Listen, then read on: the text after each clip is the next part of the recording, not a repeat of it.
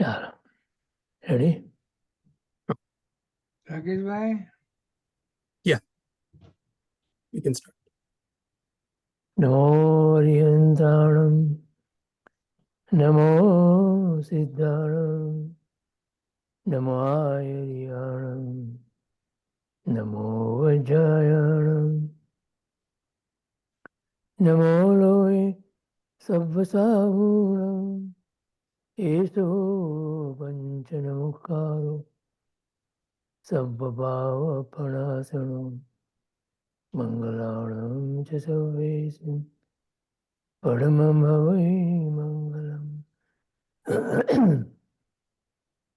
અજ્ઞાનતિમિરાન્ધાનાં જ્ઞાનાഞ്જનશલાકયા ચક્ષુરોન્મીલિतं येन તસ્मै શ્રીગુરવે નમઃ.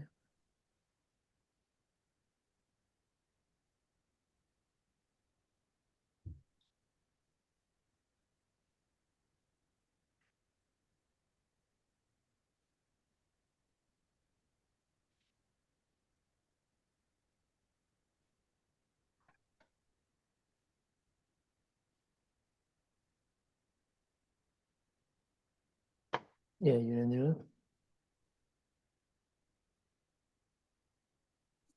આજે શનિવાર તારીખ 4 મે 2024. પૂજ્ય દેવચંદ્રી મહારાજ સાહેબના 5મા ભગવાનના સ્તવન ના ઉપર પૂજ્ય મુક્તિદાસ મહારાજ સાહેબે જે વિવેચન કર્યું છે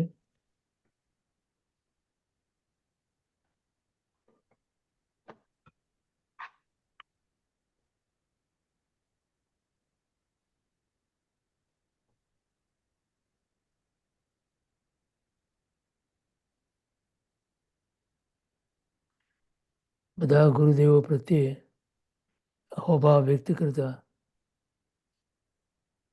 જયતુ નિત્યમ પરમોપકારી શ્રી ગુરુદેવ. જયતુ નિત્યમ પરમોપકારી શ્રી ગુરુદેવ. જયતુ નિત્યમ પરમોપકારી શ્રી ગુરુદેવ. અરૂપીનો અક્ષર દેને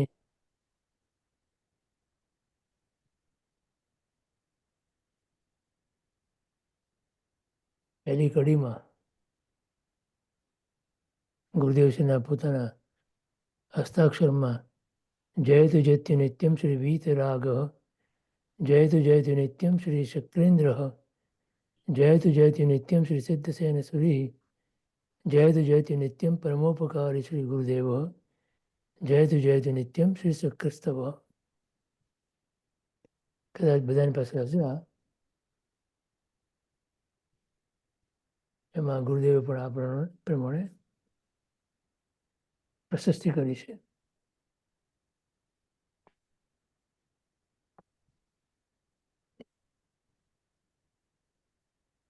મૂળમાં તો દેવચંદ્રી મહારાજ સાહેબ એ જ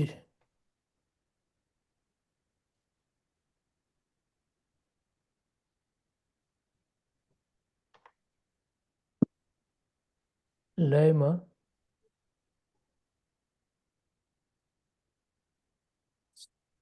આપણને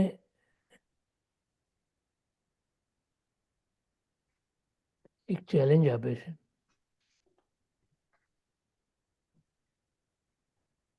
કે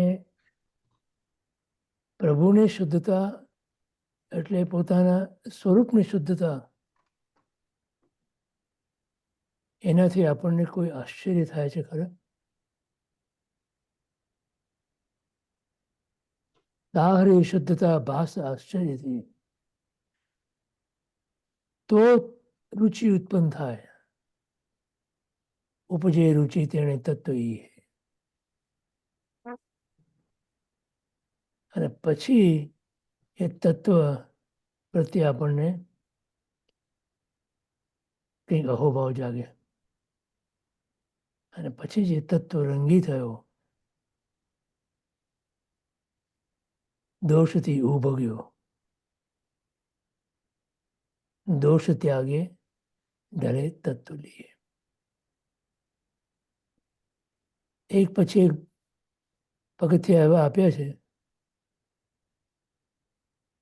કે જેનાથી આપણે કંઈક પામી શકીએ. અહો શ્રી સુમતિજીને શુદ્ધતા તા હરી. ભગવાનના દર્શન કરીએ ત્યારે એમની એ શુદ્ધતા આપણને ભાસે છે.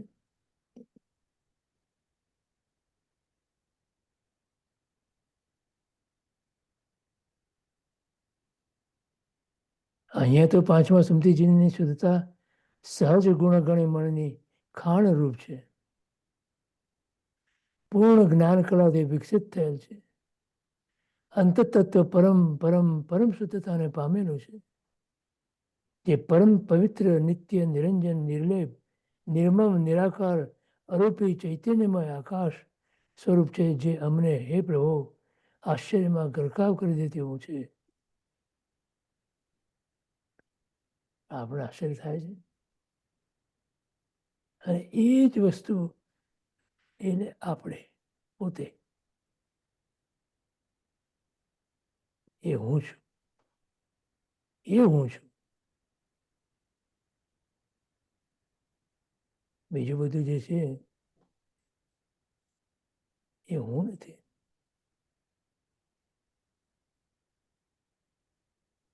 ત્યારે આપણને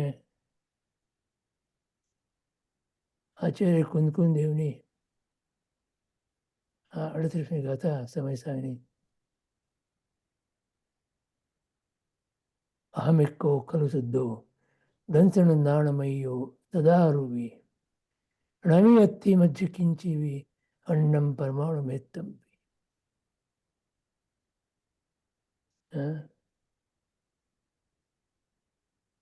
આ ઘૂંટવાનું છે.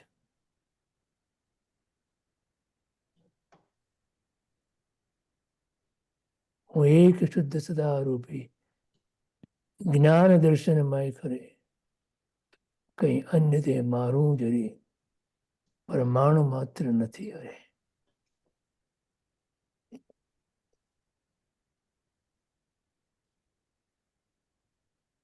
તો ધ્યાનમાં આ લઈ આવવાનું છે.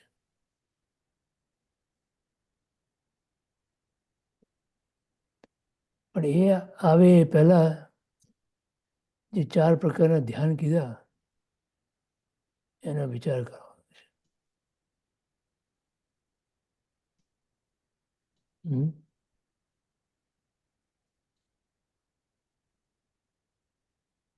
કેમ કે ધ્યાન વગર, વિચાર અને ધ્યાન વગર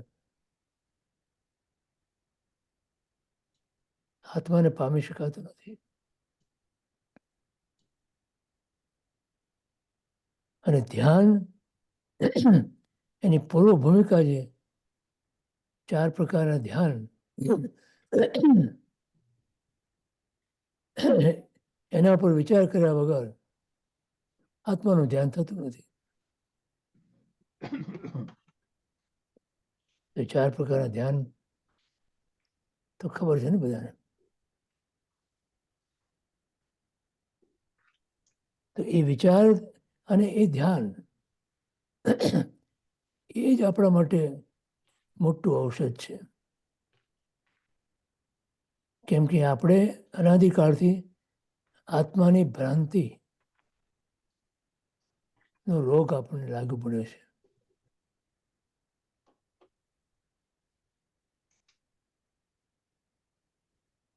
જો આપણને સદગુરુ મળી જાય, સાચા ગુરુ મળી જાય અને એ ગુરુની આજ્ઞા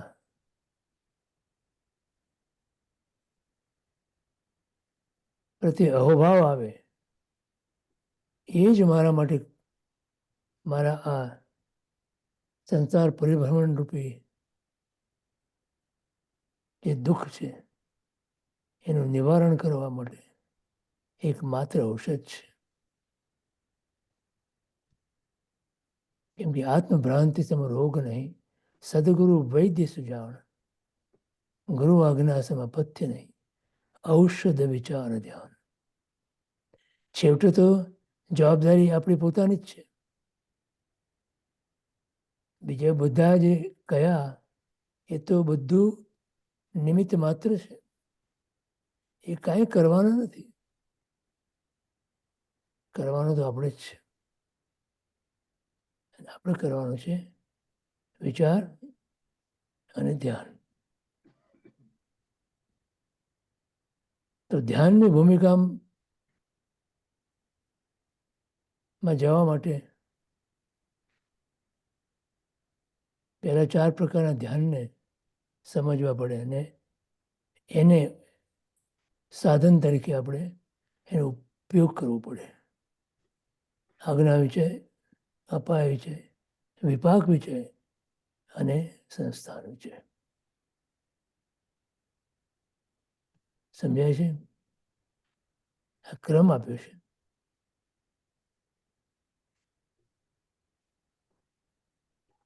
તો અહીંયા ગુરુદેવ આપણને ક્યાં સુધી લઈ આવ્યા છે?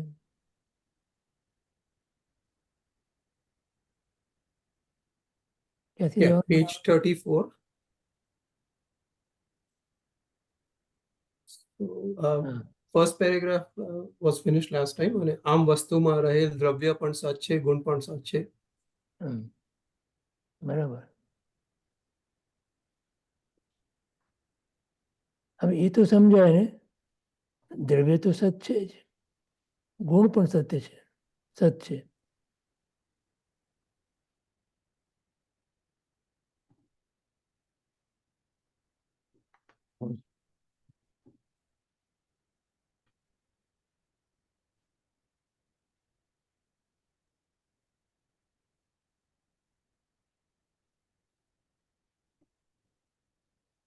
કારણ કે થવાનું છે બધું જ પર્યાયમાં. કામ બધું પર્યાયમાં થવાનું છે. સમ્યક દર્શન પણ પર્યાયમાં જ ઉત્પન્ન થવાનું છે.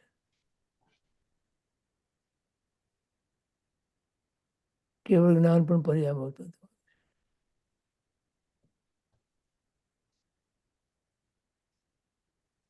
તો 3 વસ્તુ જે છે દ્રવ્ય ગુણોને પર્યાય, એ વસ્તુનું સ્વરૂપ છે. તો દ્રવ્ય અને ગુણ બંને ત્રિકાળ સત છે. ત્રિકાળ, એમાં કાંઈ ફેરફાર થતો નથી. ત્રણેય કાળ માટે એવા ને એવા રહે છે.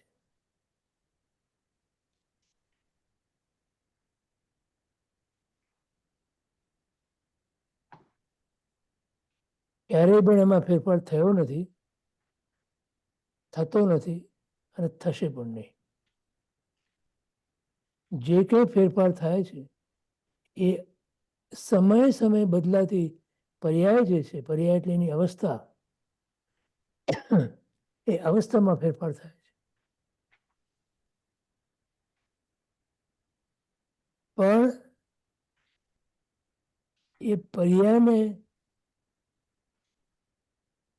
નજરમાં લેવાની છે, પણ એને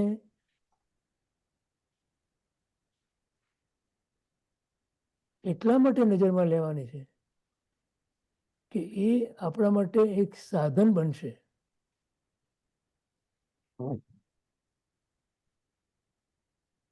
આપણું જે પોતાનું દ્રવ્ય ત્રિકાળ સત, સતનો અર્થ છે અસ્તિત્વ, હોવાપણું, એ ત્રણેય કાળમાં એવું ને એવું જે રહેવા વાળું છે, એના તરફ આપણી નજર જાય, આપણી દ્રષ્ટિ જાય અને આપણી દ્રષ્ટિમાં એ આવે અને એનો મહિમા આવે, એનું મહત્વ સમજાય. અને ક્ષણિક એવી પર્યાયમાંથી આપણો મહિમા એનો માત્ર ઉપયોગ કરવા માટે જ રહે. તો જે વસ્તુ દ્રવ્યમાં છે એ આપણે પર્યાયની અંદર ઉત્પન્ન કરી શકીએ, પ્રગટ કરી શકીએ. તો દ્રષ્ટિ ગુણ પ્રત્યે અને દ્રવ્ય પ્રત્યે, અને સાધન પર્યાય. સાધના પર્યાયમાં થવાની છે, પણ સાધ્ય દ્રવ્ય અને ગુણ. સમજાય છે? જો પર્યાય ક્ષણિક સત છે. સત છે એટલે અસ્તિત્વ ધરાવે છે.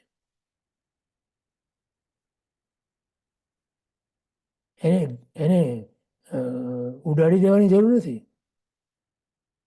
કેમ કે સમ્યક દર્શન પણ પર્યાયમાં જ થવાનું છે, કેવળ જ્ઞાન પણ પર્યાયમાં થવાનું છે, મોક્ષ પણ પર્યાય છે, સિદ્ધત્વ પણ પર્યાય છે. તમે અને ફેરફાર પણ પર્યાયમાં થવાનો છે. શું કીધું?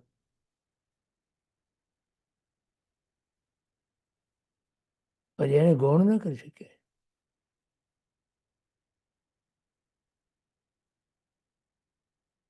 એમ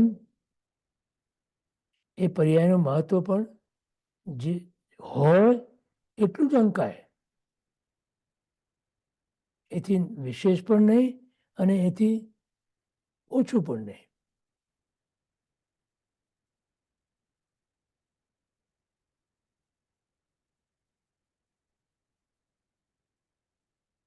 અને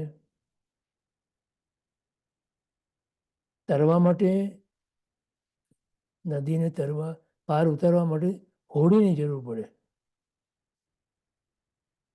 તો હોડી પાર ઉતર્યા પછી છોડી દેવાની, એનું મહત્વ નથી રહેતું. પણ જ્યાં સુધી આપણે પાર ન ઉતર્યા હોઈએ ત્યાં સુધી એનું મહત્વ છે. એમ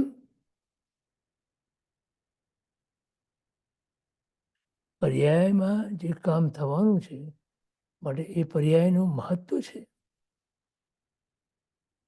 જ્યાં સુધી આપણું કામ ન થાય ત્યાં સુધી પર્યાયનું મહત્વ છે.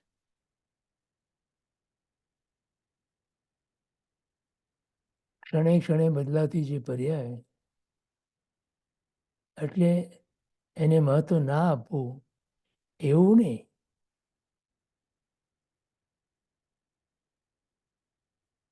દ્રવ્યમાં તો કંઈ કરવાનું છે જ નહીં. ગુણોને નિરાવરણ કરવાના છે. ગુણોની અંદર બીજો ફેરફાર તમે કરી ના શકો. માત્ર એના પર જે આવરણ છે દોષોનું, એને દૂર કરવા. તો ગુણ તો આપોઆપ નિરાવરણ થઈને શુદ્ધ થઈ જાય છે. તો જ્યારે આપણે દ્રષ્ટિમાં દોષને કાઢવાનું વિચારીએ ત્યારે દોષની મુખ્યતા નથી કરતા. આપણે ગુણની મુખ્યતા કરીએ છીએ. પણ એ ગુણો ઉપર જો દોષ છે એ દોષને જાણવા આપવી જરૂરી, અને કેવી રીતે કાઢવા એ પણ જાણવું જરૂરી. સમજાય છે? વસ્તુમાં રહેલા પર્યાય જ્યારે ત્રિકાળ સત એવા દ્રવ્ય અને ગુણોને અભિમુખ થાય છે. અભિમુખનો અર્થ શું છે?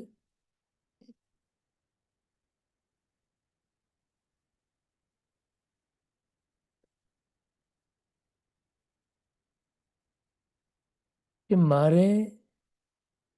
મારું જે દ્રવ્ય છે ત્રિકાળ સત, ત્રિકાળ શુદ્ધ,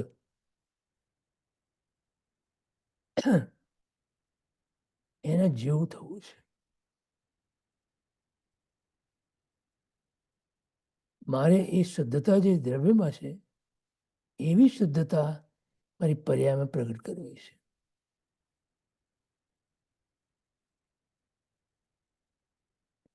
પરમાત્માના દર્શન કરીને શું કરવું છે? પુણ્ય ભેગું કરવું છે એ પણ થશે. જેટલી વાર તમે પરમાત્માને દર્શન કરશો એટલી વાર પુણ્ય તો થશે જ, પુણ્ય તો મળવાનું જ છે. અને એવા બધા પુણ્યને ઢગલા કરીને આપણે અત્યારે અહીંયા બેઠા છીએ.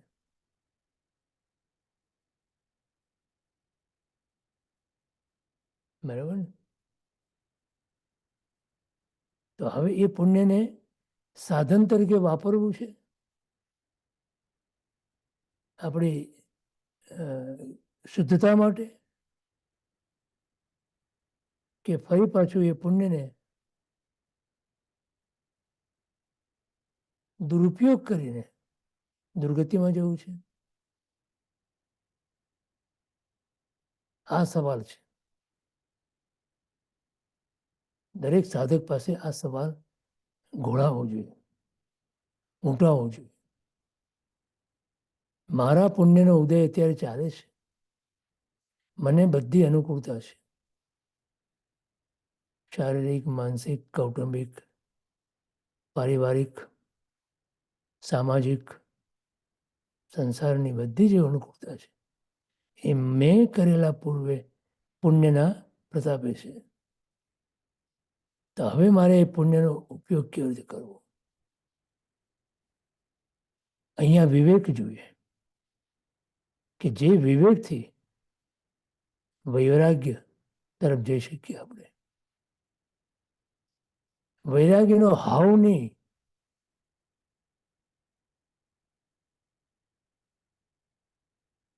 વૈરાગ્યનો મીઠો આવકાર હોવો જોઈએ.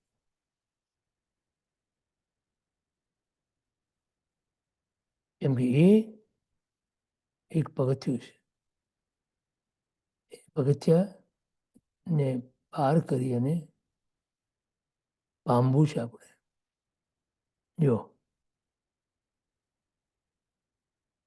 ત્યારે તે અભિમુખ થયેલી પર્યાય દ્રવ્ય તથા ગુણ સાથે અભેદ રૂપે મળી જતા, અભેદ રૂપે મળી જવું એટલે એના રૂપ થઈ જવું, એ સ્વરૂપે પરિણમવું.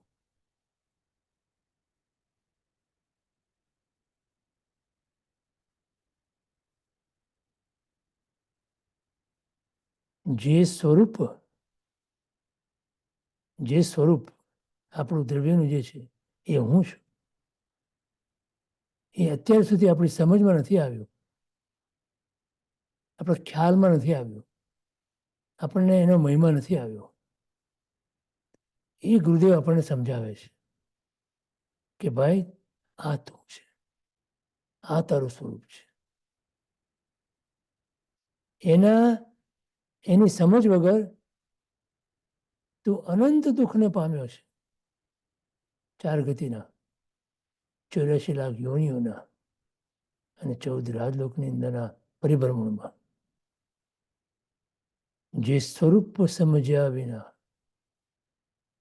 આ દુઃખ તને બીજું કાંઈ નથી, માત્ર સ્વરૂપની વિભ્રાંતિ, એ દુઃખ છે. જે સ્વરૂપ સમજ્યા વિના, એમ નથી કીધું કે પામ્યા વિના, સમજ્યા વિના. પામ્યો દુઃખ અનંત, સમજાવ્યું તે પદ નમો શ્રી સદગુરુ ભગવાન. સમજાયું?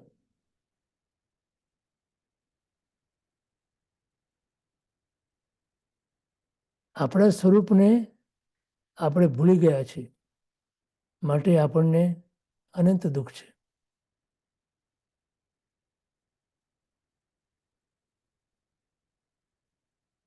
સમજાય છે? જો તે જ પર્યાયમાં ચૈતન્ય સ્વભાવ સ્વાનુભૂતિથી પ્રકાશે છે. ચિત્ત સ્વભાવનો છે ચૈતન્ય સ્વભાવ, એટલે આત્મ સ્વભાવ, મારો સાચું સ્વરૂપ હું. પોતે સતત આપણા મનની અંદર, આપણા દિમાગની અંદર આ પ્રશ્ન ઘુમરાવવો જોઈએ.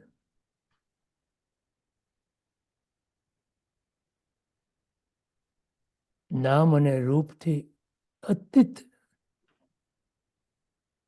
એવું મારું છે અસ્તિત્વ રૂપ.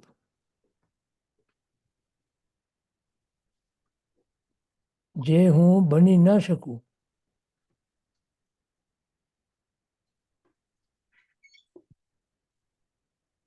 હું મનુષ્ય બની શકું, દેવ બની શકું, બીજી બધી જ વસ્તુ બની શકું, પણ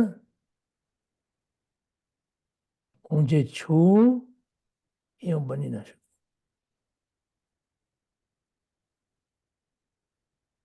પ્રકાર સચ એ હું.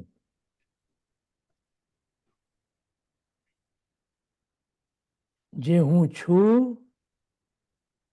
એ હું ક્યારેય પણ બની ના શકું, એ જ્યાં સુધી દ્રઢ ન થાય ત્યાં સુધી કરેલી બધી જ સાધનાઓ, બધી જ આરાધનાઓ આપણને સંસારથી મુક્ત નહીં કરી શકે. જો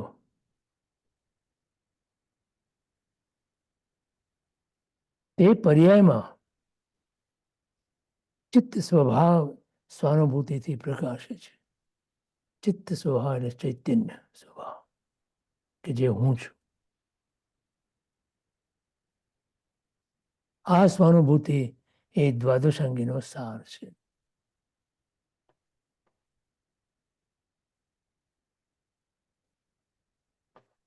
ગમે તેટલા દ્વાદશાંગીના પારંગત બનો તમે, પણ જો આ ચુકાઈ જાય તો જ્ઞાની એમ કહે છે કે એ જીવો નિગોદમાં જાય છે. અને એવા અનેક જીવો અત્યારે નિગોદમાં છે કે દ્વાદશાંગીનો સાર પામ્યા પછી પણ ભૂલી ગયા પોતે કોણ છે. બહુ જ માર્મિક વાત છે આ. 14 પૂર્વી કોણ હોય?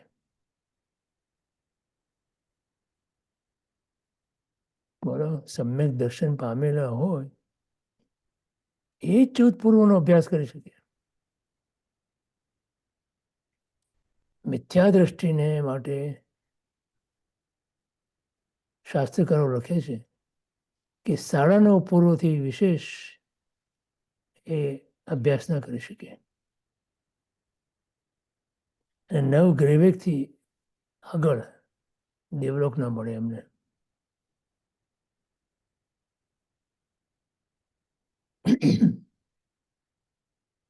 ચૌદ પૂર્વી એટલે સમ્યક દ્રષ્ટિ હોય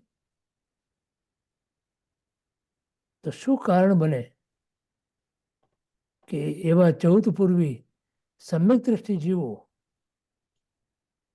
પોતાનું સમ્યક્ત્વ ગુમાવે, પોતાના દ્વાદશાંગીને ગુમાવે અને પોતાનો ભાવ ભ્રમણની અંદર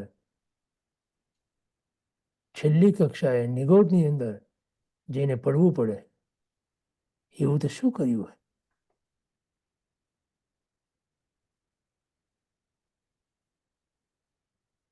તો ત્યાં જ્ઞાની જવાબ આપે છે કે એને અહંકાર આવ્યો છે.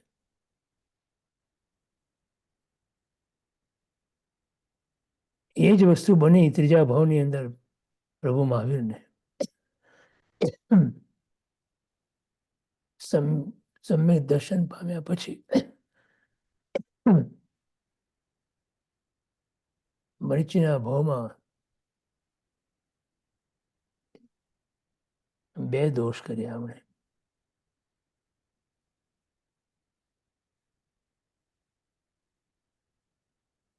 અહંકાર કર્યો અને ઉત્સુત્ર પ્રર્પણા કરી.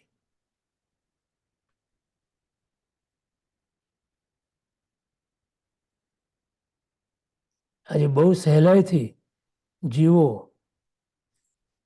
આ બે વસ્તુ કરે છે. ગમે તેટલા આગળ વધેલા જીવો પણ આ બે દોષ નું સેવન થઈ જાય છે.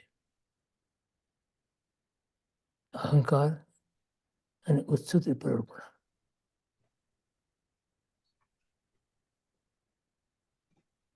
આમ તો બંને એકબીજાને સંકળાયેલા છે. અહંકાર વગર ઉત્સુક પ્રવૃત્તિ નથી, ને ઉત્સુક પ્રવૃત્તિ વગર અહંકાર નથી. સમજાય છે?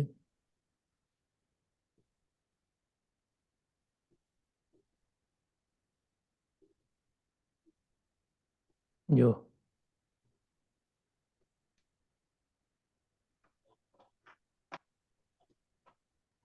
સ્વાનુભૂતિ એ દ્વાદશ અંગીનો સાર છે.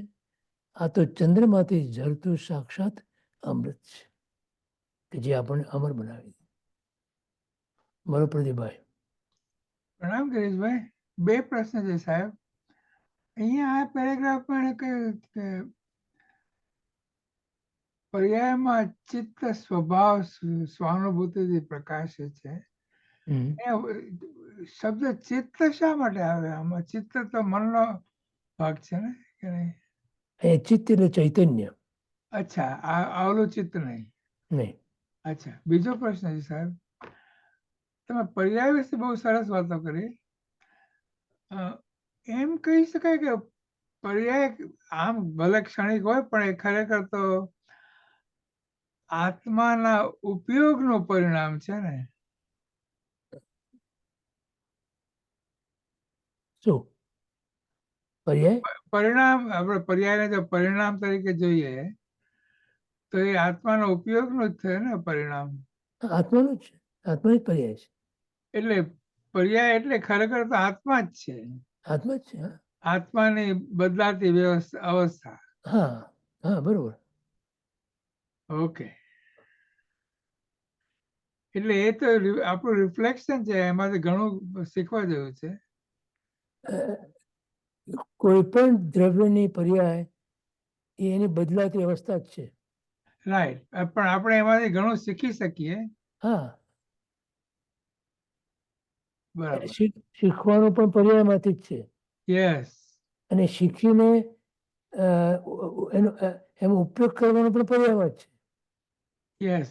કામ પણ પર્યાયમાં થવાનું છે. કામ કરવાનું છે પણ પર્યાયમાં જ. પણ કામ થવાનું છે ઉપયોગની પ્રેરણાથી ને. હા, પણ પર્યાય દ્રષ્ટિમાં ના આવવી જોઈએ. દ્રષ્ટિમાં આત્મા હોવો જોઈએ. યસ. દ્રવ્ય હોવું જોઈએ રાધર. કારણ કે અંતે આપણે આત્માને શુદ્ધ કરવાનો છે, ઉપયોગને શુદ્ધ કરવાનો છે. આપણે પર્યાયને શુદ્ધ કરવાની છે તો જ ઉપયોગ શુદ્ધ. ઉપયોગની પર્યાય. પણ પર્યાય તો ઉપયોગનું રિફ્લેક્શન છે ને. હા, પણ એટલી શુદ્ધ તો પર્યાયને જ કરવાની છે. પર્યાયમાં શુદ્ધિ થવાની છે. એટલે ચારિત્રથી. ઓકે. હા,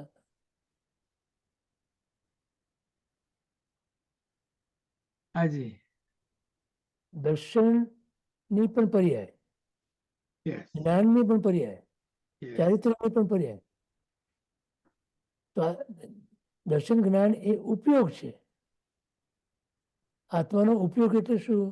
દર્શન અને જ્ઞાન.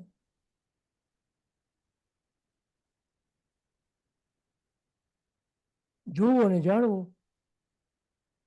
આત્મા પોતે પોતાની શક્તિ, ચિત્ત શક્તિ, એનો ઉપયોગ કરે છે બે રીતે. એક જોવામાં અને એક જાણવામાં.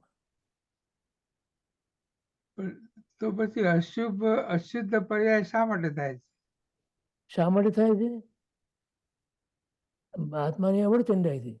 યાર, એટલે પણ એ ઉપયોગ થ્રુ બહાર આવે ને. હા, એ ઉપયોગ એનો જે રીતે એનો ઉપયોગ કરવો જોઈએ પોતાના જ્ઞાન દર્શન રૂપી ઉપયોગને, એ રીતે નથી કરતો. બરાબર છે. એટલે ત્યાંની વૃત્તિઓ ને સંજ્ઞાઓ હા, જોર જોર કરી લે. right.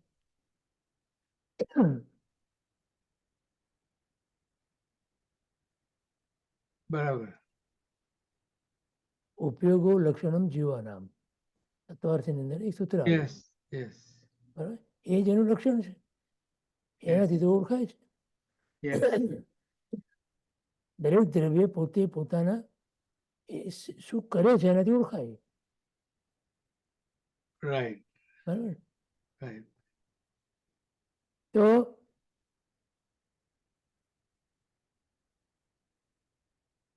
પાંચ પ્રકાર કીધા એના.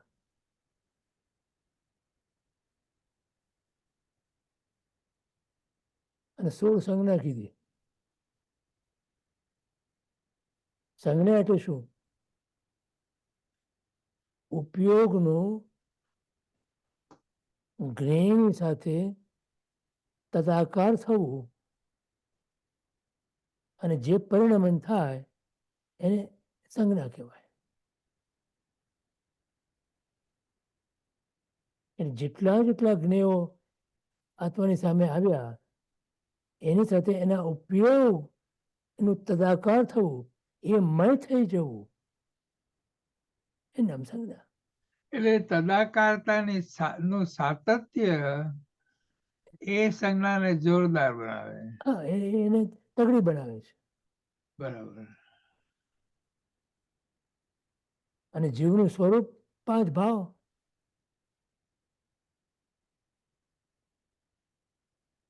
ઔદયિક, ઔપશમિક, ક્ષાપશમિક, ક્ષાયિક અને પરિણામિક. બરાબર. આ જીવનું સ્વરૂપ.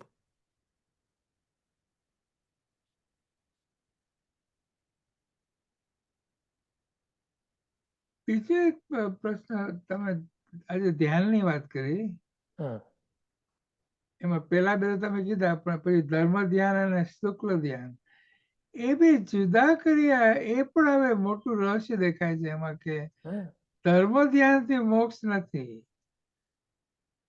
શુક્લ ધ્યાનથી મોક્ષ છે. કે ધર્મ ધ્યાન તો વ્યવહારિક અનુષ્ઠાનોથી આપણે માનીએ છીએ, એ શુભાશુભ. હા.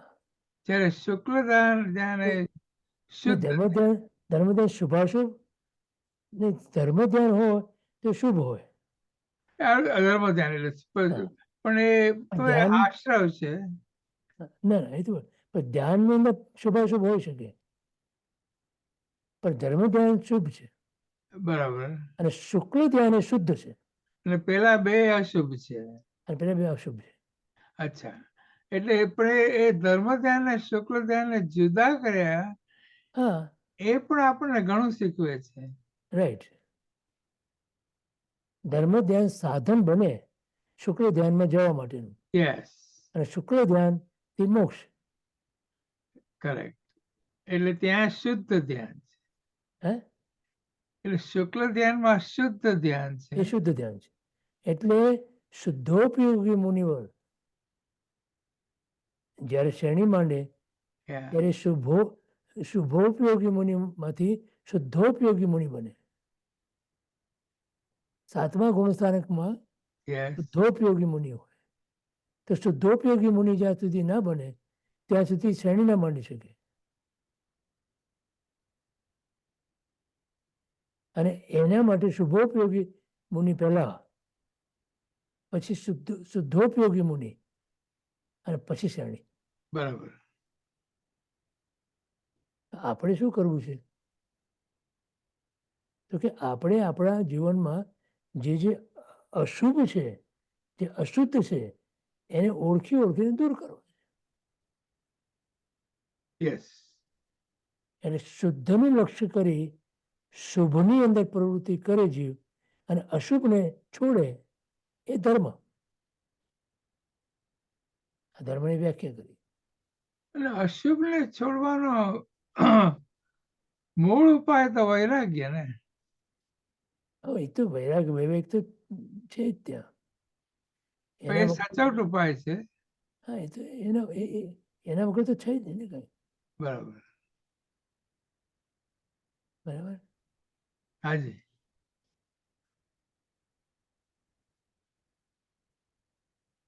આભાર સાહેબ. હા બોલો નવીનભાઈ.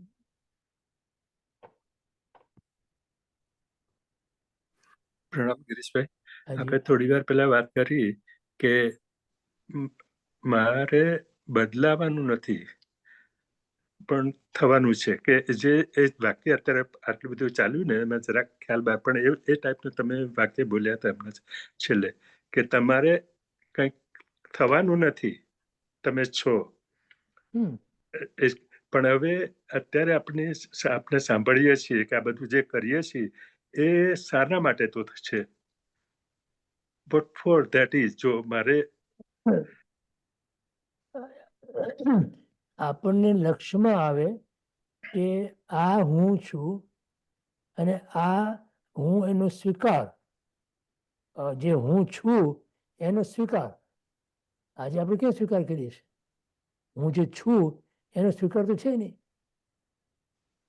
હું જે નથી અથવા હું જે બન્યો છું એનો સ્વીકાર કરીએ છીએ. પણ હું જે છું એનો સ્વીકાર ક્યાં છે આપણને?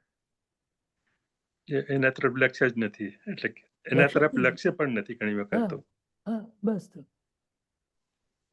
અને પાછું એને જે કહીએ છીએ એને ધર્મ માનીએ છીએ પાછું. અચ્છા, એટલે અને એમાં આખી આખી માન્યતા દ્રષ્ટિ બદલવાની વાત છે આજે. હા દ્રષ્ટિ જ બદલવાની છે. દ્રષ્ટિ બદલે માન્યતા બદલાય, માન્યતા બદલે દ્રષ્ટિ બદલાય. અને બીજું જે આવી આખામાં ડેફિનેશન આવી હતી એમાં બહારથી અંદર આવવાનું છે. હવે અંદર ટકવા માટે શું?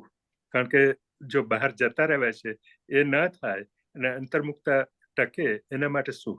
કારણ કે આખો એક્સપિરિયન્સ તો બહારનો જ છે હા અને એના સંસ્કાર ચાલ્યા જ કરે છે, કે અલગ અલગ રીતે એના પેલા ચાલ્યા કરે છે. તો એમાંથી તમને જ્યાં સુધી બહારમાં તમને દુઃખનો અનુભવ નહીં થાય ત્યાં સુધી તમે એનાથી પાછા નહીં પડો. બરાબર છે. આજે એક બાજુ સાકરનો ઢગલો હોય અને એક બાજુ રાખનો ઢગલો હોય અને કીડીની ધાર ચાલી જાય છે. શું લાગે છે તમને? કઈ બાજુ જશે? સાકર તરફ છે, સાકર તરફ છે. રાઈટ? અને આપણે જઈએ છીએ રાખ તરફ. તો એ કીડીને પણ ખબર છે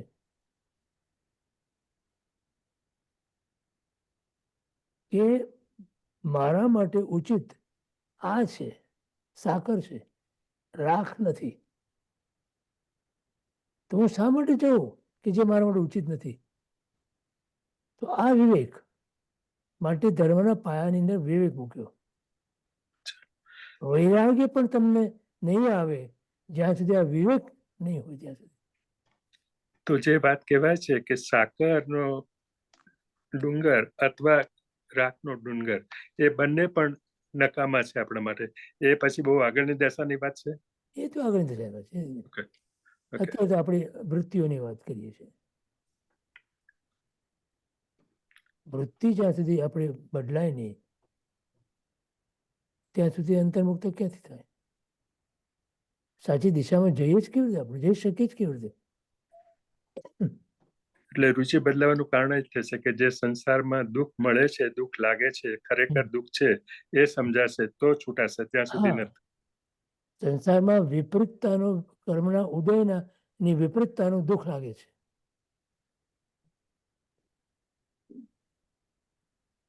બરાબર? બરાબર. તો દુઃખ શાનું છે? વિપરીતતાનું કારણે. અજ્ઞાન એ દુઃખ છે. હું કોણ છું એનું અજ્ઞાન જે છે એ દુઃખ છે.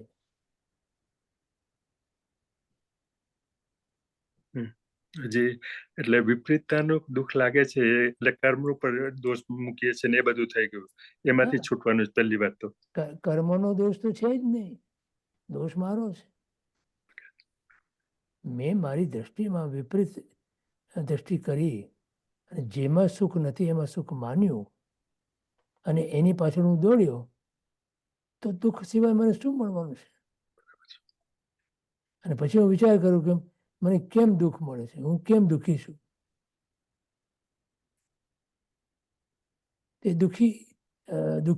દુઃખનું મૂળ કારણ પોતા વિશેનું અજ્ઞાન. પોતે પોતાને ભૂલી ગયો છે, માટે તેને બરાબર બરાબર છે. 200 આનું પહેલું કે બીજું વાક્ય છે.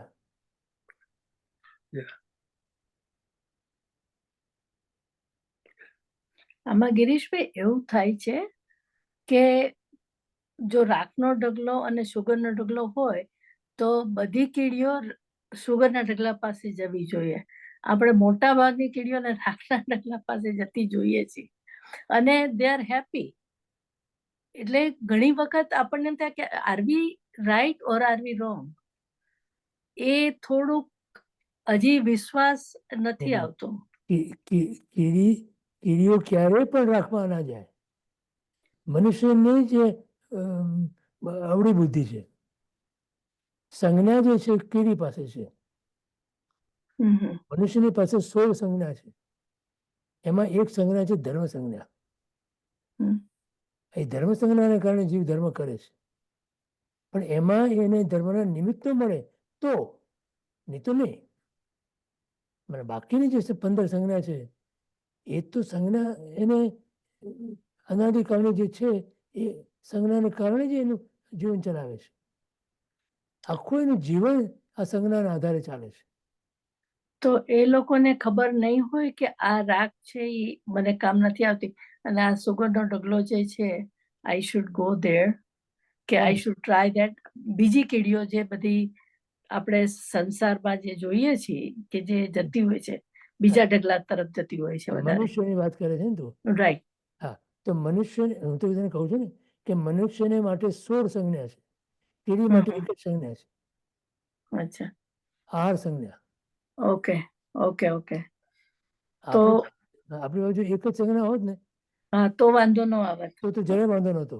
Okay, thank you. પણ આપણને 16 સંજ્ઞા મળી છે. અચ્છા, ધર્મ સંજ્ઞા છોડી અને બીજી 15 સંજ્ઞામાં આપણે આરોટીએ છીએ. Right. Okay, now I got it. Thank you. હા, કારણ કે મને એમ થાય કે આ બધાને આમાં સુખ કેમ દેખાય છે કે જાય છે લોકો તો જ જતા હશે, ત્યાં જતા હશે, અને આપણે ધર્મ કરીએ છીએ, આપણને સારું લાગે છે કરીએ છીએ ત્યારે, પણ આર વી મિસિંગ સમથિંગ એવું પણ ક્યારેક મનમાં આવી જાય છે. હા, બરાબર છે. Thank you. કારણ કે મનુષ્ય એ વિકસિત મનવાળો છે. એને મન મળ્યું છે એટલે એને પ્રોબ્લેમ છે. ઓકે, કીડીને મન નથી, ઓલરાઈટ. એને ખાલી સંજ્ઞા છે. Okay. So that comparison is not equal comparison. હા, એક જુદી કમ્પેરિઝન Right. આપી છે. એને સુખ અને દુઃખની કલ્પના છે ત્યાં. બરાબર છે, બરાબર. Thank you. એ સુખ તરફ તમે જાઓ છો અને દુઃખ તરફ તમે જતા નથી. ઓકે, આપણે પણ સુખ જ્યાં લાગે છે ત્યાં જઈએ છીએ, બરાબર છે. જ્યાં દુઃખ લાગે છે ત્યાં નથી જતા. પણ પ્રોબ્લેમ અહીંયા એ આવે છે કે સુખ કોને કહેવું રાઈટ. એ આપણે અજ્ઞાન છે એ બાબતમાં. એટલે કીધું ને, જે સ્વરૂપ સમજ્યા વિના પામ્યો દુઃખ અનંત. તો સ્વરૂપનું સમજ નથી મળી માટે દુઃખને પામ્યો છું એ નથી સમજાતું આપણને.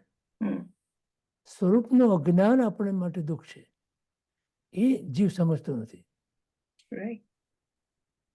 અને એને મન મળ્યું છે, મન મળ્યું છે એટલે બે ધારી તલવાર છે ત્યાં. મન એ બે ધારી તલવાર છે. મનથી તમે મોક્ષમાં પણ જઈ શકો ને. હા, મન એ મનુષ્યાણામ કારણમ બંધ મોક્ષ.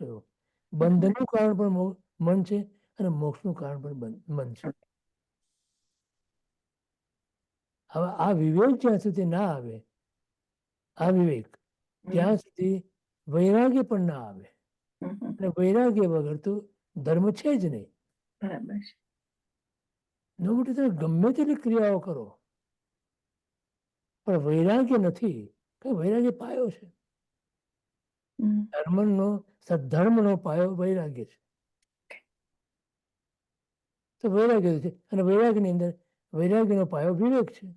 હમ. Right. સમજે ને? અને વિવેક માટે આપણી પાસે મન છે. Okay. આપણે સંઘની પંચેન્દ્રિય જીવ છે. બરાબર. એટલે મોક્ષ મનુષ્યને જ પ્રાપ્ત થાય છે. Thank you. જો એ સંઘની પણો નરકના જીવોને પણ હોય છે, હમ. દેવોના પણ હોય છે, અને તેનિજમાં પણ હોય છે. પણ એ ત્રણેય ગતિની અંદર મોક્ષ નથી. તો ત્રણેય ગતિની અંદર સમ્યક દર્શનની પ્રાપ્તિ છે પાછી. ચારેય ગતિમાં સમ્યક દર્શનની પ્રાપ્તિ થઈ શકે છે. Right. બરોબર, તેની જ ગતિમાં પણ સમ્યક દર્શન પ્રાપ્ત થઈ શકે છે. પણ બહુ જ ઓછા પ્રમાણમાં. સંઘની પણ હોવું જોઈએ. હમ. ચારે ગતિમાં સંઘની પણ જ્યાં હોય ત્યાં સમ્યક દર્શન પ્રાપ્ત થઈ શકે છે. પણ ઉત્કૃષ્ટપણે જે જોઈએ એ મનુષ્યમાં છે. હમ. માટે એને મોક્ષ છે. બરાબર છે. ખ્યાલ આવે? Thank you.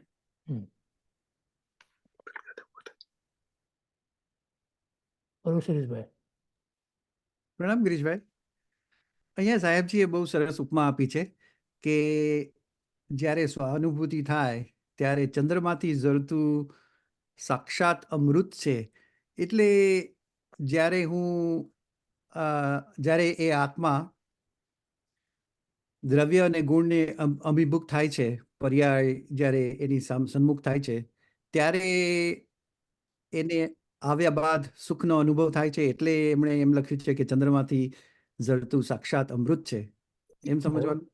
બરોબર છે.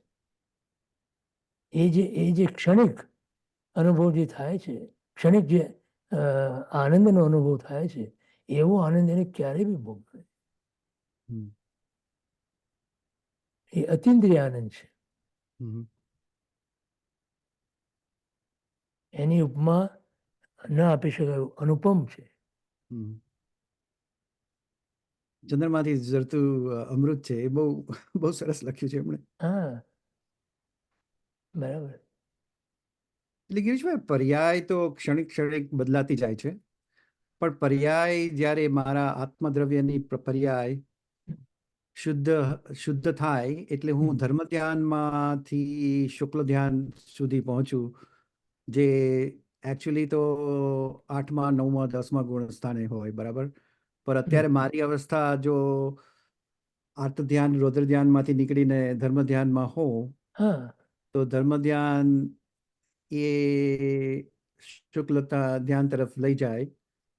હા, જ્યારે મારી પર્યાય સંજ્ઞાઓને મેં વશ કરી હોય હા, ને 18 પાપમાંથી જો હા, નિવૃત્ત થઈ શકું, હા, તો પછી આ અવસ્થામાં જઈ શકાય આત્માને, બરાબર? હા. સ્વાનુભૂતિની અવસ્થામાં. હા, એટલે એમાં 18 પાપ સ્થાનકની અંદર એક જ પાપ સ્થાનક નો વિચાર કરવાનો. મિથ્યાત્વ. મિથ્યાત્વનો હમ. 18મું પાપ સ્થાનક જો તમે જીતો તો બાકીના 17 પાપ સ્થાનક તમને સ્પર્શી પણ ના શકે. હમ. એ પાંગળા બની જાય. હમ. એટલે કે એની અસર જ તમને ના થાય. હમ. એક મિથ્યાત્વને તમે જીતો, 18મા પાપ સ્થાનકને, તો બાકીના 17 માં કઈ દમ જ ના રહે. હમ. અત્યારે 17 પાપ સ્થાનક આપણા પર હાવી થઈને બેઠા છે, કારણ કે મિથ્યાત્વ ઊભું છે. હમ. તમારે કામ કરવાનું છે મિથ્યાત્વ. તો ગિરીશભાઈ, આ સ્વાનુભૂતિની નું કેવું સરસ સમજાયું છે. તો સ્વાનુભૂતિની ઝલક ચોથે 5મે ગુણસ્થાને આપણા આચાર્ય દીકને બધાએ તો અનુભવ કર્યો જ હશે, બરાબર? ચોથા ગુણ સ્થાનક, એ સ્વાનુભૂતિનો અનુભવ તો કર્યો જ હશે. કોણે? આ સ્વાનુભૂતિ ને શુક્લ ધ્યાનની વાત થાય છે ને, હા શુક્લ ધ્યાન તો 8મે 9મે 10મે ગુણ સ્થાને. હા પણ આ જે પર્યાય દ્રવ્ય સામે સન્મુખ કરવાનો જે હા પદ્ધતિ છે, તો એ પદ્ધતિ ની ઝલક 4થે 5મે ગુણ સ્થાને મળે ને? શેની ઝલક મળે? સ્વાનુભૂતિની ઝલક. હા સ્વાનુભૂતિ ચોથે ગુણસ્થાને કે મળે? 4થે ગુણ. ચોથા ગુણસ્થાને મળે. હા એ વગર ચોથું ગુણસ્થાન છે જ નહીં. હમ સ્વની અનુભૂતિ ના કરે હમ તો અત્યારે તો દેહની અનુભૂતિ જ ચાલે છે, હમ પરની અનુભૂતિ જ ચાલે છે, બરાબર. પરાનુભૂતિ ચાલે છે, હમ સ્વાનુભૂતિ ચાલતી જ નથી. હમ અને પરની અંદર હજી પણ આપણને મારાપણું, કર્તાપણું, ભોગતાપણું, જ્ઞાતાપણું બધું ચાલે છે. હમ એને તમે અલગ કરી નાખો અને માત્ર એની અંદર તમે ખાલી જ્ઞાતા છો એના. હમ આ દ્રષ્ટિના પરિવર્તનનો પુરુષાર્થ એ જ પુરુષાર્થ છે, હમ બીજો કોઈ પુરુષાર્થ નથી. કઈ સામાયિક પ્રતિક્રમણ કે તપ વગેરે તે કરો છો એ પુરુષાર્થ નથી, આત્મ પુરુષાર્થ નથી. હમ તમે એ ક્રિયા થઈ ને, ક્રિયાથી પછી આત્મા. દ્રષ્ટિના પરિવર્તનનો જ પુરુષાર્થ એ પુરુષાર્થ સાચો પુરુષાર્થ છે. હમ અને એ તરફ તો આપણી દ્રષ્ટિ જતી નથી. હમ એ તરફ દ્રષ્ટિ રાખવાની છે ને? હા અમારી કક્ષામાં એ તરફ દ્રષ્ટિ રાખવાની છે. હા બરાબર. હમ એટલે આપણે વારંવાર એ વાતને ઘૂંટવાની છે કે હું હમ. કોણ છું. હમ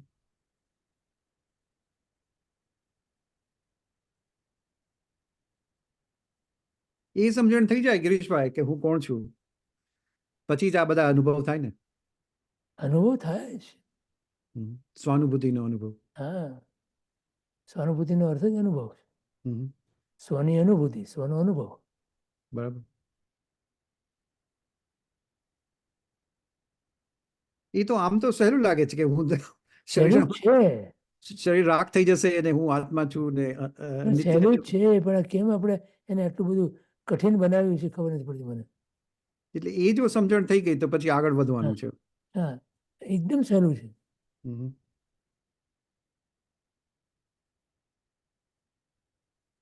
બરાબર. અને રસ્તો ના છે કે આવું નથી, આવું નથી, આવું નથી, આવું નથી. હમ નીતિ નીતિ નીતિ નીતિ. પછી એવું તું કોણ છે? હું કોણ છું? હમ શુદ્ધ બુદ્ધ ચૈતન્ય ઘન સ્વયં જ્યોતિ સુખધામ, બીજું કહીએ કેટલું કર વિચાર તો પામ. હમ વિચાર ઊંધી દિશામાં છે ને આપણો. હમ બરાબર. દયા દાન વગેરે સ્વાભાવિક બનવું જોઈએ. હમ સ્વાભાવિક અર્થ શું છે? એ કર્યા પછી તમને એનો અહંકાર ના આવે છે. આજે તો આ બધું કરીએ અને પછી એનો અહંકાર આવે છે. મેં આ કર્યું, મેં આ કર્યું, મેં આ કર્યું. પણ તું પરમાં કંઈ કરી શકતો નથી. એક દ્રવ્ય બીજા દ્રવ્યની અંદર કોઈ હસ્તક્ષેપ કરી શકે નહીં. હમ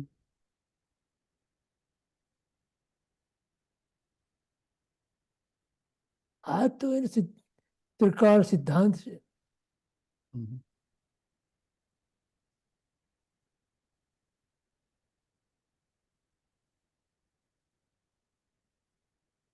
બોલો. બરાબર. થેન્ક યુ ગિરીશભાઈ. બોલો પંકજભાઈ. પ્રણામ ગીજભાઈ. આપણે અહંકારની સાથે એક બીજો શબ્દ હમણાં તમે વાપર્યો તો થોડી વાર પહેલા, એનો અર્થ શું થાય? What is it and what's the meaning of it? ચાલો અહંકારની સાથે તમે બહુ મોટો લાંબો એક I just forgot, it's too long of a word. તમે અહંકારની સાથે કંઈક વાપર્યું હતું કે એ બંને સાથે સાથે જ છે. શું બોલે હતા આપ? ઉત્સર પરોપણ. જી, થેન્ક હા? યુ. શું? શિશિરભાઈ પાછું બોલો તો. ઉત્સર પરોપણ. યસ. ઉત્સુત્ર પરોપણા. જી, હા, એને એટલે શું વોટ ડઝ ધેટ મીન? એનો અર્થ એ છે કે જે પ્રમાણે ભગવાને કહેવું હોય એનાથી જી. વિપરીત કહેવું. જે શાસ્ત્રમાં ભગવાનની વાણી જે છે એ જી. શાસ્ત્ર કહે છે એ શાસ્ત્રથી વિરુદ્ધ બોલવું. જી. એના ઉત્સૂત્ર પરોપણા. ઉત્સૂત્ર, સૂત્ર નહીં, સૂત્ર. ઉત્સૂત્ર. ઉત્ત એટલે એનાથી અવળું, એનાથી ઊંધું. હા, તો એનાથી એને અહંકારને શું, આઈ મીન લાઈક વોટ? મને મારી વાત સાચી લાગે અને ભગવાનની વાત સાચી ન લાગે એ અહંકાર. એનું નામ ઉત્સૂત્ર પરોપણા. ઓ, એનો સૂત્ર. ઓકે.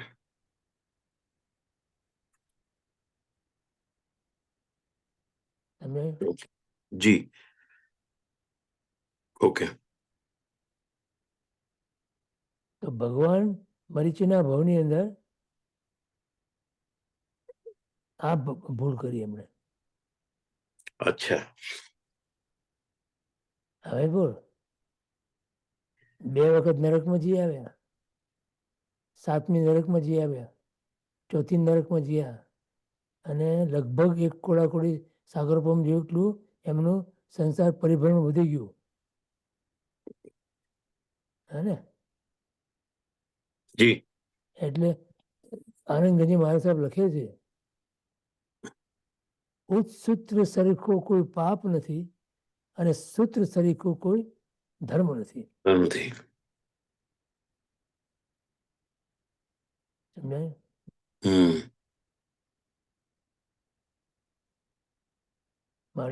માટે પાઠ ઉપર બેઠેલા આચાર્ય ભગવંતો જ્યારે વ્યાખ્યાન પૂરું કરે ત્યારે એમ કહેતા હોય છે કે સૂત્ર વિરુદ્ધ કાંઈ પણ અમારાથી બોલાવવું હોય તો મિચ્છામી કરો. જી. અમારી અલ્પ બુદ્ધિ અને અમારા અલ્પ ક્ષમથી અમારાથી કંઈક એવું બોલાઈ ગયું હોય, કંઈ પ્રવૃત્તિ થઈ ગયું હોય કે પરમાત્માની આજ્ઞાની વિરુદ્ધ હોય તેના માટે મિચ્છામી દુક્કડમ માગીએ છીએ. જેના આજ્ઞા વિરુદ્ધ બોલાયું હોય તો મિચ્છામી દુક્કડમ. કારણ કે અમે છદ્મસ્ત છીએ. છદ્મસ્ત ભૂલ કરી શકીએ.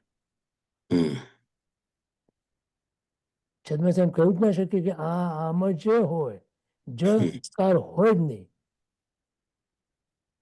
છદ્મસ્તના વાક્યમાં જકાર હોય જ નહીં. જી. સમજાય? જી. Thank you.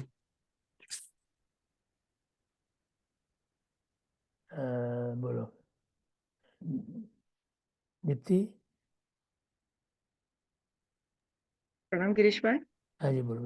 अभी आपने थोड़ी देर पहले बताया कि जो मैं हूं वो मैं बन नहीं सकता। इसको थोड़ा सा आप एक्सप्लेन करेंगे, इसका क्या मतलब था? मैं आत्मा हूं, मैं और कुछ बन ही नहीं सकता। आत्मा के सिवा आप क्या बन सकते हो? ये तो पर्याय है। हाँ, अच्छा, ये मनुष्य अच्छा, पर्याय है। समझ में आ गया। हाँ, ओके। हाँ, तो आप पर्याय के विषय में बोल रहे थे। हाँ, द्रव्य में कुछ बदलाव नहीं हो सकता। आप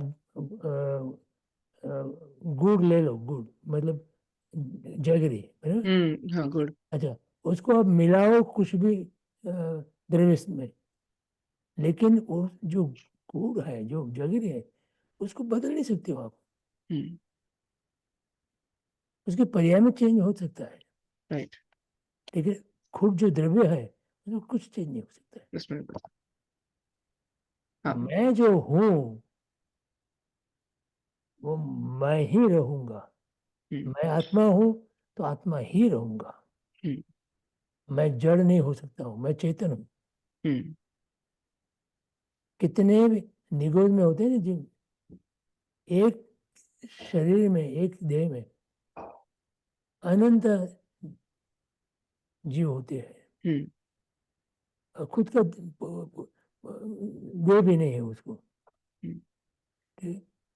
लेकिन वो कभी भी जो है उससे उन सब के खुद के कर्म उधर जो भी वो भोगते हैं उधर खुद के कर्म भोगते हैं। एक देह में अनंत जीव है होने के बावजूद एक जीव का कर्म दूसरे जीव के कर्म को स्पर्श भी नहीं करते हैं।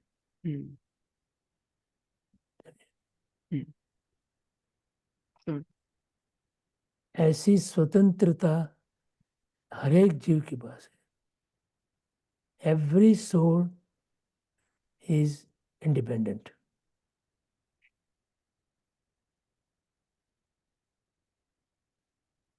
इतने इंडिपेंडेंस के बाद में भी दूसरों के बंधन में रहते हैं।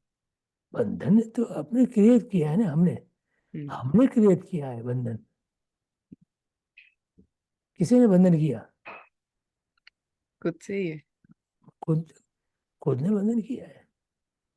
वो बंधन खुद तोड़ सकते हैं और कोई तोड़ नहीं सकता है। समझने का है। देखो उसमें अपनी जो रिस्पॉन्सिबिलिटी है, जो उसको आप निभाओ,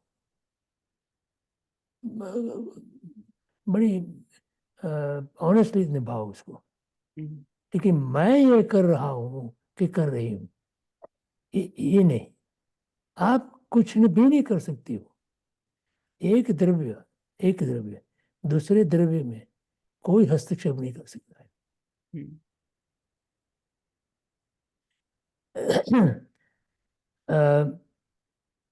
आप दूध में से दही बनाते हो ना? मैंने ये दृष्टांत दिया था पहले, मालूम है? नहीं मालूम? याद नहीं। हाँ, अच्छा। ये बहुत सारी बार मैंने दृष्टांत दिया, बहुत बार। अभी तो सब लोग को ये बैठ गया है। देखो, दूध में से दही बनता है और आप ऐसे वचन प्रयोग करते हो ना कि मैंने दूध में से दही बनाया। क्या बोलते हो आप? मैंने दूध में से दही बनाया। अच्छा, आप दूध में से दही बना सकते हो, मतलब आप दही बना सकती हो, बरोबर? ये तुम्हारा आपका है ना?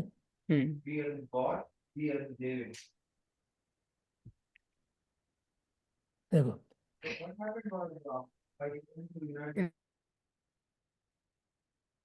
उस अच्छा, उसका मतलब क्या हुआ कि you have an ability to make the yogurt. आपको एक क्षमता है कि दही बना सकती हो। तो मैं आपको पानी दूं, आप दही बनाइए। राइट। बना सकती हो? नहीं। क्यों? आपने तो बोला कि मैं दही बना सकती हूँ।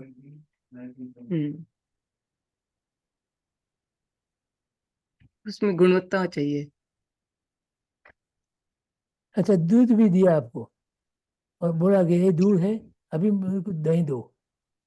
तो आप बोला अभी तो नहीं मिलता है, रात भर उसको रखना पड़ता है, सुबह मिलेगा दही है? वो भी नहीं हो सकता है। मतलब आपके पास you can not do it. वो दूध और दही अन्य द्रव्य है, वो अपने अपने चाल से चलता है। तो हम सिर्फ निमित्त का कार्य कर रहे हैं। हाँ? हम तो सिर्फ निमित्त होने का कार्य कर रहे हैं। हाँ, आप मतलब उसका निमित्त हो सकते हो, और उसका निमित्त नैमित्तिक संबंध हो सकता है, लेकिन आप कर्ता नहीं हो सकते हो।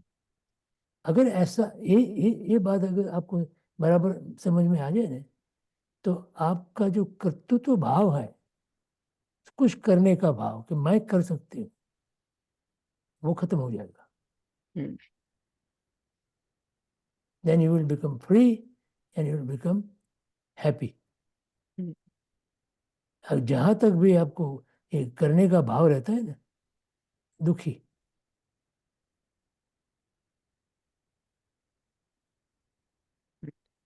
एक माँ ने ऐसा बोला कि मेरा ये लड़का है ना, इसको मैंने 18 साल का किया।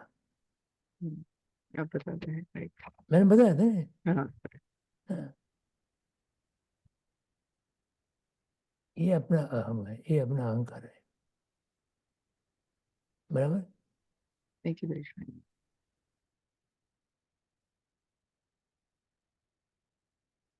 પંકજ તારે પ્રશ્ન છે હજી? ના ગિરીભાઈ, પ્રશ્ન નથી. તારો હાથ ઊંચો છે એટલે. Okay, sorry. હમ.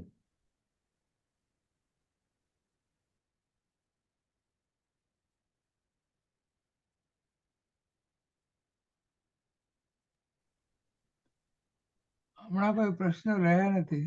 ઓકે. તો પ્રભુના સ્વરૂપને દ્રવ્યાની યોગ વડે જાણવાથી આ લાભ થાય છે કે આત્મા મમત્વથી પરદ્રવ્યાદિમાં રાગ કરતો હોય તો તરત અટકે છે કે આ હું નથી અને આ મારું નથી.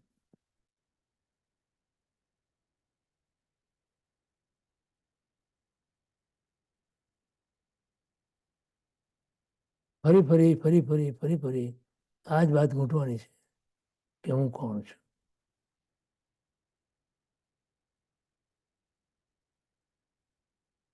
દેહ વચન ભૂતગળ થકી ભિન્ન એવું મારું સ્વરૂપ છે.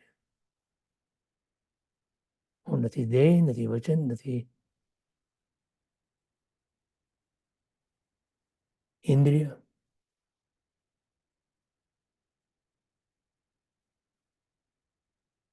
હું તો ચૈતન્ય છું. હું જડ નથી. આ બીજું બધું જડ છે.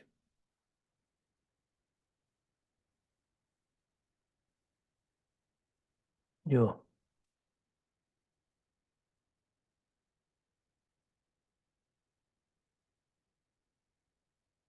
જો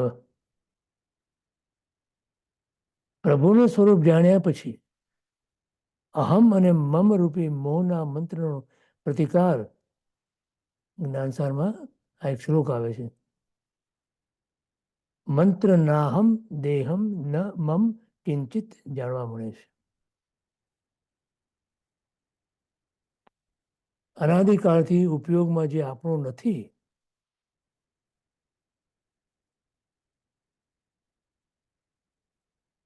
ઉપયોગ એટલે જ્ઞાન અને દર્શન, તમારા જાણવામાં અને મારા જોવામાં શું જ કર્યું મેં? જે મારું નથી એને મારું માન્યું, અને એ ભ્રમ દ્વારા જો મારું માનવાની ભૂલ થઈ જાય છે તો ઓટો સજેશનથી આખો મિથ્યા સંસાર ખડો થઈ જાય છે. સમજાય છે? તો હવે સાચી સમજની જમાવટથી હું પરમાત્મા સ્વરૂપ છું, હું નિર્વિકારી છું, હું ચેતન છું, હું અણાહારી છું, એવું જે તિરોભૂત તત્વ રહેલું છે, તિરોભૂત એટલે છુપાયેલું, ખોટા હું અને ખોટા મમની નીચે છુપાયેલું એવું જે મારું સ્વરૂપ, એને આ ઓટો સજેશનથી હું પરમાત્મા સ્વરૂપ છું, હું નિર્વિકારી છું, હું ચેતન છું, હું અનાહારી છું, એવું જે તિરોભૂત તત્વ રહેલું છે તે આવિર્ભૂત બને છે. પણ આ માટે સ્વરૂપનો દ્રઢ નિર્ણય કરી તે તરફના ચક્રો ગતિમાન કરવાના રહે છે. પુરુષાર્થ આ છે. અહમ મમમને સમજવું અને એનો ત્યાગ કરવો એ જ પુરુષાર્થ છે, બીજો કોઈ પુરુષાર્થ છે નહીં.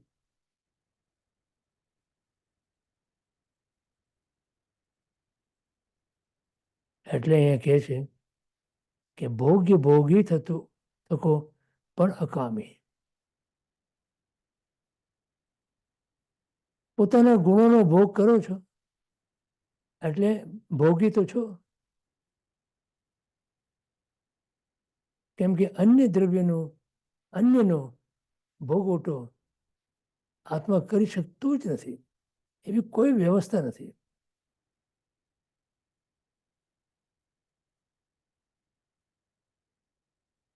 હે પ્રભુ, આ પૂર્ણ જ્ઞાન દર્શન આદિ અનેક ગુણોમાંથી આવતા અનંત આનંદને ભોગ્યપણે ભોગવો છો, તેથી ભોગી છો. આમ અનંત ગુણ વૈભવને ભોગવતા હોવા છતાં આપ અભોગી છો.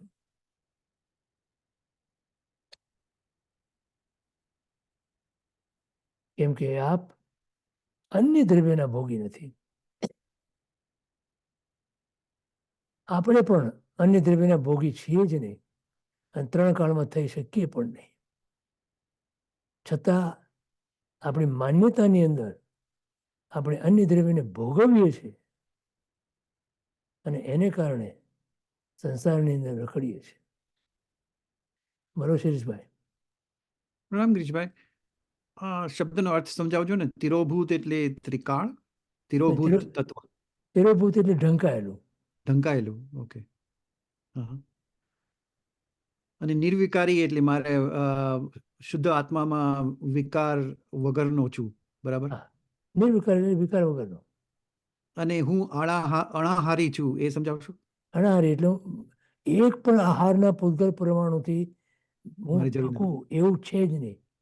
બરાબર. અને એ સિદ્ધ થાય છે આત્મા જ્યારે વિગ્રહ ગતિમાં એક જન્મથી બીજા જન્મમાં જાય છે, જ્યારે એક ગતિમાં બીજી ગતિમાં, ત્યારે અમુક વિગ્રહ ગતિની અંદર 3-4 સમયનું જે હોય છે એમાં એ આત્માને કોઈ આહાર ગ્રહણ નથી હોતું. તો ત્યારે પણ આત્મા ટકે છે. એનો અર્થ એ છે કે આત્માને આહારની જરૂર નથી, એટલે અનાહારી છે. એટલે આત્મા જ્યારે શરીર ધારણ કરે છે ત્યારે જ એને આહારની જરૂર છે, સંજ્ઞા પ્રમાણે. પહેલો એ આહાર ગ્રહણ કરે, પછી એનું શરીર બનાવે. એને જે પ્રક્રિયા છે ને, અહીંથી એક ભાવમાંથી બીજા ભાવમાં જ્યારે જાય છે ત્યારે જો સીધી ગતિમાં જતો હોય તો અહીંયા દેહ મૂક્યો, અહીંયા આહાર ગ્રહણ કર્યું છેલ્લો, અને જ્યાં ઉત્પન્ન થયું ત્યાં આહાર ગ્રહણ કર્યો, ત્યાં કોઈ વાંધો નથી. પણ વિગ્રહ ગતિમાં જતો હોય તો એની અંદર 3 કે 4 સમય લાગે છે. તો ત્યારે એ સમયની અંદર એને કોઈ આહાર નથી મળતો. પણ તો પણ એ આત્મા ટકે છે ત્યાં. બરાબર? તો એનો અર્થ શું થયો કે આત્મા અનાહારી છે. અનાહારી છે. એનો દુહો આવે છે ને, અનાહારી પદ મેં કર્યા ગઈ અનંત. અનંત એવી વિગ્રહ ગતિની અંદર હું અનાહારી રહ્યો. તો હે પ્રભુ, હવે મને કાયમ માટે અનાહારી પદ જોઈએ છે. સિદ્ધ ગતિમાં તો હાર છે જ નહીં. સિદ્ધ પદમાં હાર નથી. હા, જરૂર નથી. આ દુહો બધાને ખબર હશે, પૂજામાં આવે છે ને. થેન્ક યુ ગિરીશભાઈ. હા, જો આમ અનંત ગુણ વૈભવને ભોગવવા થતાં આપ અભોગી અને અકામી કહેવાઓ છો, તે આશ્ચર્ય છે. તમને આશ્ચર્ય લાગે? આપ અકામી છો કેમ કે કામીજનોમાં સંસારને વધારનાર, 4 ગતિમાં રૂલાવનારા વિકારી પર્યાયનો ભોગવટો છે, તે અજ્ઞાન, મિથ્યાત્વ, અવિરતિ અને કષાય ભાવોથી થયેલ છે. આ 4 છે ને, અજ્ઞાન, મિથ્યાત્વ, અવિરતિ અને કષાય. આ બંધના કારણો છે ને બધા. જ્યારે આપ તો સંપૂર્ણ નિર્દોષ, વિતરાગ, સર્વજ્ઞ છો. ક્ષાયિક ભાવની શુદ્ધ પરિણતિ છે કે જે કાર્ય શુદ્ધ પર્યાય છે, કાર્ય શુદ્ધ પર્યાય. ક્ષાયિક ભાવની શુદ્ધ પરિણતિ પ્રભુનો ની પરિણતિ કેવી છે? ક્ષાયિક ભાવ. ખ્યાલ આવે છે? 5 ભાવ કીધા ને હમણાં, યાદ છે? કયા કીધા ભાઈ? બોલો.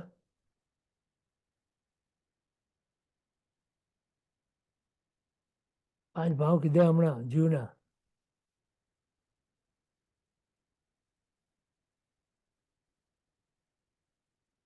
બોલો મિતા મહેશભાઈ.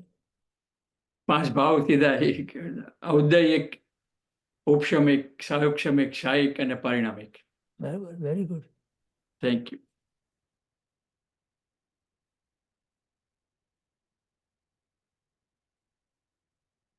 એમાં ક્ષાયિક ભાવ જે કીધો એટલે કર્મના ક્ષયથી ઉત્પન્ન થયેલો જે ભાવ એ શુદ્ધ હોય.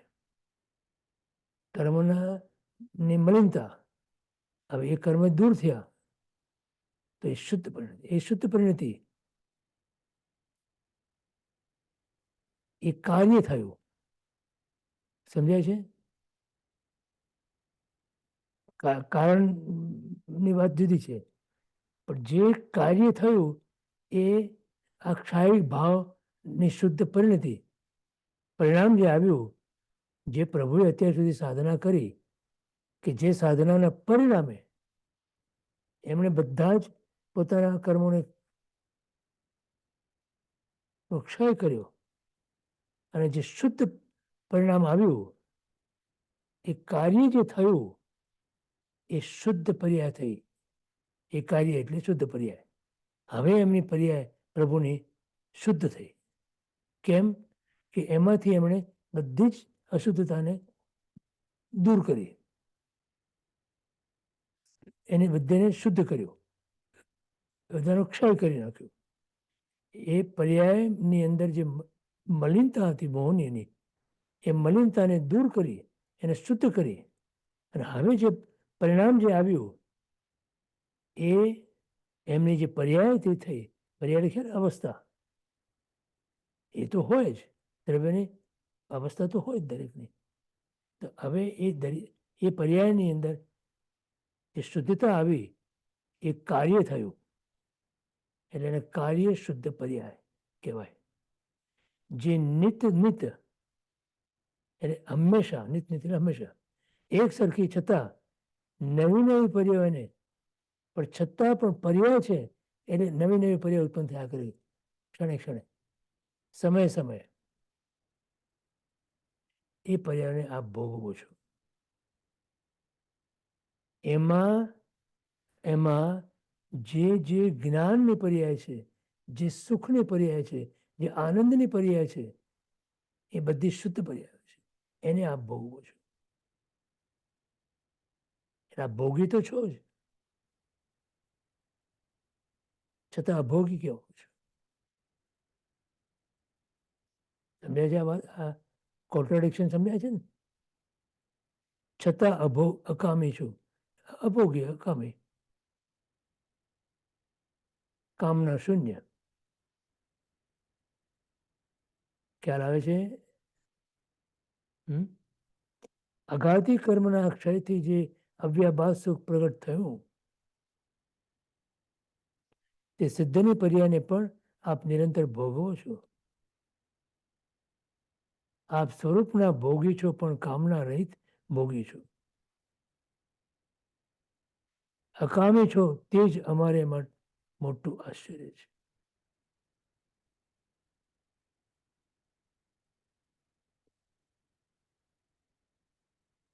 સમજાયું?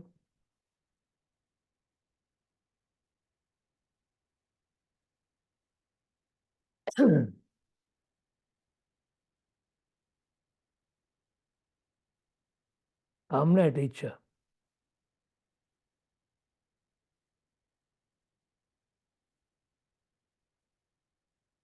સ્વરૂપનો ભોગવટો કરો છો પણ સ્વરૂપની કામના નથી. એટલું બધું આપણામાં સહજ બન્યું છે. અને સહજ કેમ બન્યું છે? તો કે એને આવરનારા જે કર્મો હતા એ કર્મો હવે નથી. આપણને ભોગવટાની જે ઈચ્છા થાય છે એ આપણા કર્મને કારણે થાય છે. કર્મના ઉદયને કારણે આપણને ઈચ્છાઓ થયા કરે છે. હવે એ કર્મોને આપણે જે ઓળખીએ, જાણીએ અને એ ઈચ્છાઓને જાણીએ તો ઈચ્છા રહિત બની જ્યારે તો કર્મ રહિત બની શકાય. સમજાય છે?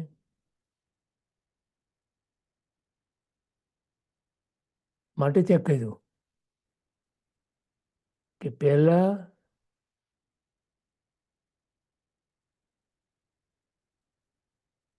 આપણે ઈચ્છાને બે વિભાગમાં એને વહેંચવાની છે.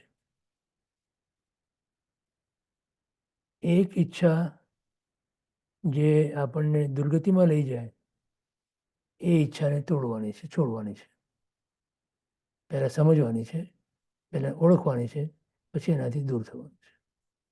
અને એક ઈચ્છા જે આપણને મોક્ષ માર્ગમાં લઈ જાય, આપણા આત્માને ઓળખાવે એ ઈચ્છા કરવાની છે. અને છેલ્લે એ ઈચ્છા પણ છોડવાની છે. મોક્ષની પણ ઈચ્છા ન હોય એને મોક્ષ મળે.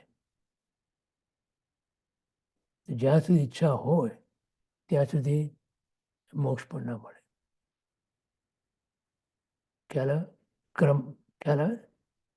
3 સ્ટેજીસ. બરાબર? આપણો સમય થઈ ગયો છે. મારો કંઈ કોઈને પ્રશ્ન હોય તો લે, નહીં તો પછી આપણે આવતી રહ્યા. કાજલબેન, બોલો બેન. પ્રણામ ગિરીશભાઈ. ત્યારે આપે કીધું કે શાયિક ભાવના લીધે પરમાત્માને શુદ્ધ કાર્ય પર્યાય થાય. ફરી બોલ.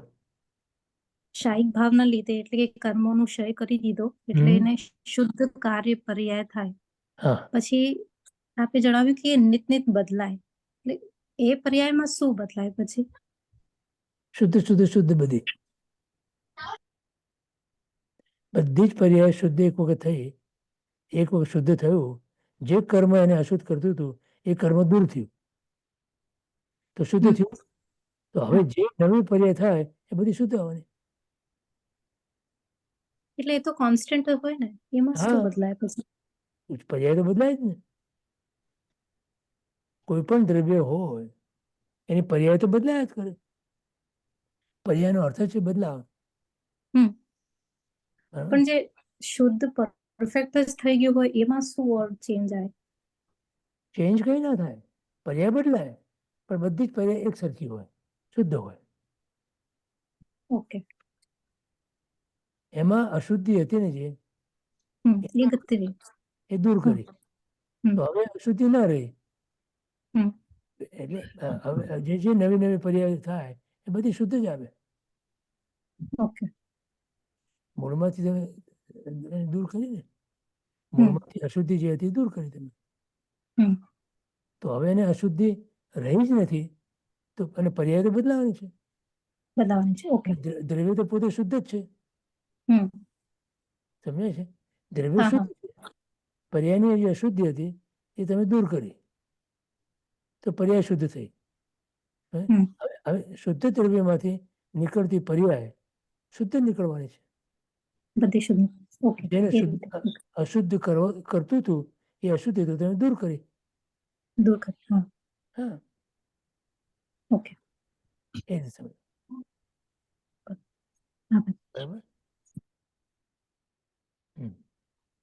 ચાલો, બરાબર. પ્રદીપભાઈ બોલો. એક નાની અનાઉન્સમેન્ટ છે. હાજી. પૂજ્ય શ્રી ગિરીશભાઈનો સ્વાધ્યાય કાલે પણ છે 11 વાગે. રોમે રોમે પરમ સ્પર્શ. અમેઝિંગ ગ્રંથ છે, બધા જોડાજો. એટલું જ કેવું હતું સાહેબ. સારું. સર્વમંગલ માંગલ્યમ સર્વ કલ્યાણ કારણમ પ્રધાનમ સર્વધર્માણામ જૈનમ જયતિ સહસ્રમ. સદગુરુ દેવ કી જય. મહાવીર સ્વામી ભગવાન કી. જેના જ્ઞા બધી બોલાય ઈચ્છા બધી કરો. જય જય. બરોબર શિવાય.